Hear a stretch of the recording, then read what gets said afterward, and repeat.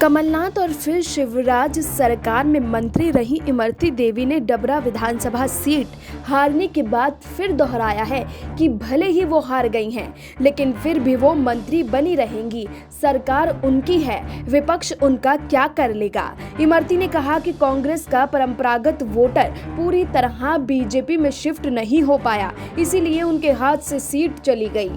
डबरा में अपने समधी सुरेश राजे से शिकस्त झेलने के बाद भी इमरती देवी अपनी हार मानने के लिए तैयार नहीं है। इमरती का कहना है कि वो हारकर भी चुनाव जीती हैं। उन्होंने 60,000 वोट भाजपा के खाते में डाले हैं। इमरती के मुताबिक बीजेपी में आने के बाद कांग्रेस का परंपरागत वोटर पूरी तरह बीजेपी में शिफ्ट नहीं कर पाई, इसीलिए मामूली अंतर रह गया। मुझे अपने हारने का कोई दुख नहीं है, खुशी इस बात की है कि पूर्ण बहुमत से सरकार बनी रहेगी। शिवराज सिंह चौहान अब मजबूती के साथ सरकार चलाएंगे। इमरती ने कहा कि अब लंगड़ी लूली सरकार नहीं, पूरी बहुमत की सरकार है। मैं सरकार में हूं और काम करती रहूंगी।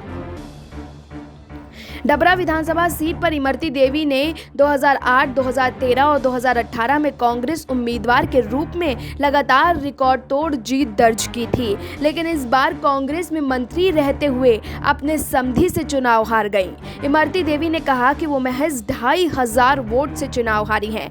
कांग्रेस का वोट पलटने में बड़ी हिम्मत रखनी पड़ती है। कांग्रेस का परंपरागत वोट मैंने भाजपा में लाने की पूरी कोशिश की, काफी हद तक कामयाब भी हुई। उन्होंने दावा किया कि मैं हारी नहीं हूं, जनता ने मुझे जिताया है। मैं जनता के साथ हर दुख सुख में रहूंगी, जैसे 15 साल से थी।